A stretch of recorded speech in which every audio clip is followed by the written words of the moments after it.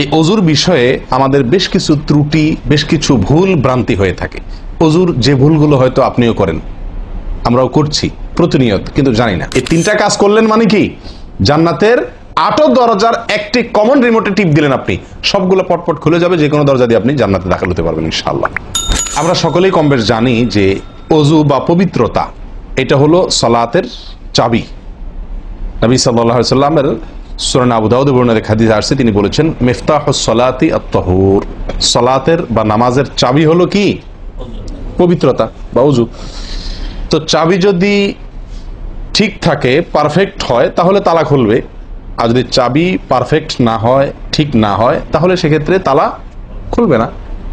ওই চাবি দিয়ে আপনি ঘরে প্রবেশ করতে পারবেন না।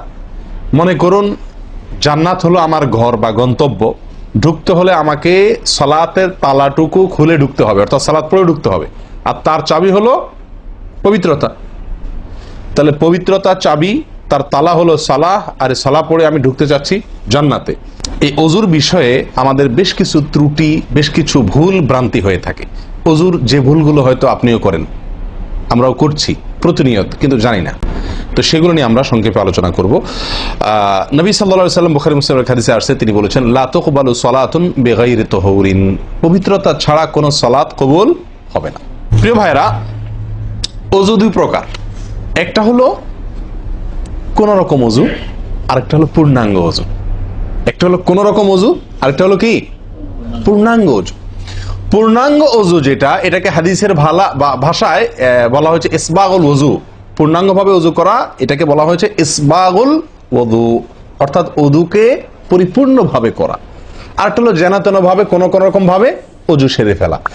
অজুর যে ফজিলত, অজুর যে ফজিলত মুসলিম বর্ণিত হাদিসে আসছে, নবী সাল্লাল্লাহু আলাইহি ওয়াসাল্লাম বলেছেন, যে ব্যক্তি পরিপূর্ণভাবে অজু করবে, পরিপূর্ণভাবে অজু করবে, ভালোভাবে অজু করবে, এবং অজুর শেষে কালিমাতুশ শাহাদা যেটা আছে, আশহাদু আল্লা ইলাহা ইল্লাল্লাহু ওয়াহদাহু লা শারীকা লাহু ওয়া আশহাদু আন্না মুহাম্মাদান আবদুহু ওয়া রাসূলুহু, এই কালিমায়ে শাহাদা পাঠ করবে অজুর শেষে, এই ব্যক্তির জন্য আল্লাহ সুবহানাহু ওয়া তাআলা জান্নাতের সমস্ত দুয়ার খুলে দিবেন।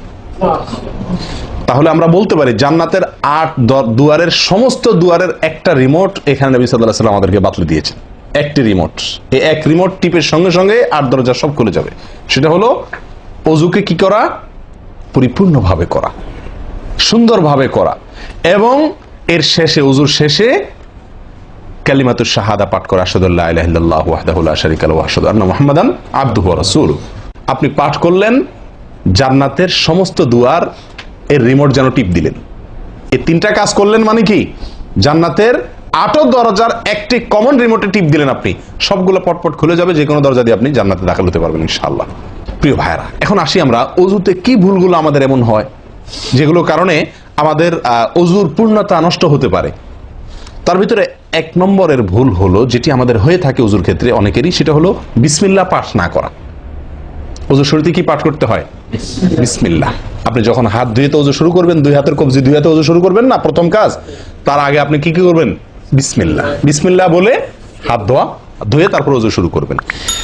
বহু লোক আছি আমরা, অজুখানায় ওই গল্প করতেছি, আড্ডা মারতেছি, কথাবার্তা বলতেছি, এই বলতে বলতে অজু শুরু করে দিচ্ছি। তাহলে বিসমিল্লাহ কখন পড়তেছি?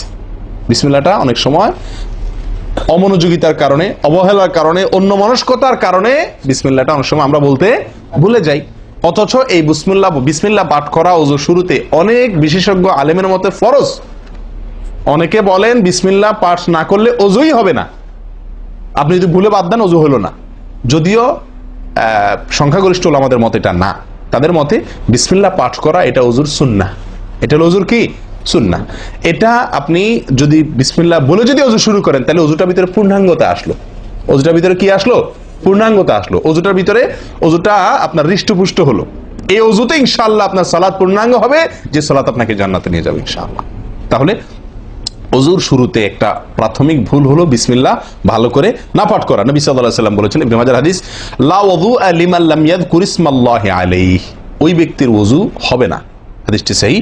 নবী সাল্লাল্লাহু আলাইহি ওয়াসাল্লাম বলেছেন, ওই ব্যক্তির ওযু হবে না যে ব্যক্তি ওযুর শুরুতে আল্লাহর নাম নেয় নাই, বিসমিল্লাহ বলেনি। এখন ওযু হবে না বলা হয়েছে। এই হবে না বলতে হাদিস বিশেষজ্ঞ ওলামা ইকরাম এবং ফুকাহা ইকরাম বলেন, এখানে হবে না বলতে ওযুর ওই প্রাণ হলো না, অজু পূর্ণাঙ্গ হলো না, অজুটা যেভাবে হওয়া দরকার ছিল সেভাবে হলো না, কোন রকম হয়ে গেল মার্শাল হাল, সালাত আদায় হয়ে গেল, দায়িত্ব খালাস হয়ে গেল, কিন্তু এটা যেভাবে আল্লাহ সুবহানাহু ওয়া তাআলা চাচ্ছেন, নবী সাল্লাল্লাহু আলাইহি ওয়াসাল্লাম চাচ্ছেন, যেভাবে অজুর নির্দেশ আসছে সেভাবে হলো না। যদি আমি বিসমিল্লাহ পাঠ না করি, তাহলে বোঝা গেল অজু করার সময় আপনি কারোর সাথে কথা বলছেন, খোশ গল্প করছেন, মোবাইলে আলাপ করছেন, অন্য কোনো ব্যস্ততায় আছেন, অন্য কোনো ধ্যানে আছেন, ওই অবস্থায় হাত ধুয়ে অজু শুরু করে দিলেন, বিসমিল্লাহ পাঠ করলেন না। এটা হলো একটা ত্রুটি। এই ত্রুটি আমাদের হয় কিনা মাঝে মধ্যে? অনেকে তো আছেন নিয়মিতই করেন না, অনেকে আছেন করেন কিন্তু ওই যে অন্য মানুষ হয়ে গেলে হাত ধুয়ে শুরু করে দিয়েছেন আর বিসমিল্লাহ আর বলেন নাই। তাহলে আপনি যে কোনো কাজের শুরুতে বিসমিল্লাহ বললেন কি না বললেন সেটা এত বেশি গুরুত্বপূর্ণ না, যত বেশি গুরুত্বপূর্ণ অজুর শুরুতে বিসমিল্লাহ পাঠ করা, কারণ এটার জন্য পৃথক নির্দেশ এসেছে। এমনি তো একটা কমন নির্দেশ আছে, নবী সাল্লাল্লাহু আলাইহি ওয়াসাল্লাম বলেছেন কুল্লু আমরিন জিবারিন লাম ইউবদা বিবিসমিল্লাহ ফাহুয়া আবতার ওয়া ফি রিওয়ায়াতিন ফাহুয়া আকতা। যে কোনো গুরুত্বপূর্ণ কাজ আল্লাহর নাম দিয়ে শুরু না করলে সেটা অপূর্ণাঙ্গ থাকে, কাজটা অর্ধেক থাকে, অর্ধেকা থাকে, অপূর্ণাঙ্গ থাকে, পূর্ণাঙ্গতা আসে না যে কোনো ভালো কাজ। কিন্তু অজুর বিষয়ে নবী সাল্লাল্লাহু আলাইহি ওয়াসাল্লামের আলাদা নির্দেশ আছে, অজু হয় না এমন কথা তিনি বলেছেন। তাহলে বোঝা গেল অজুর শুরুতে বিসমিল্লাহ পাঠের ব্যাপারে আমাদের সাবধান হতে হবে।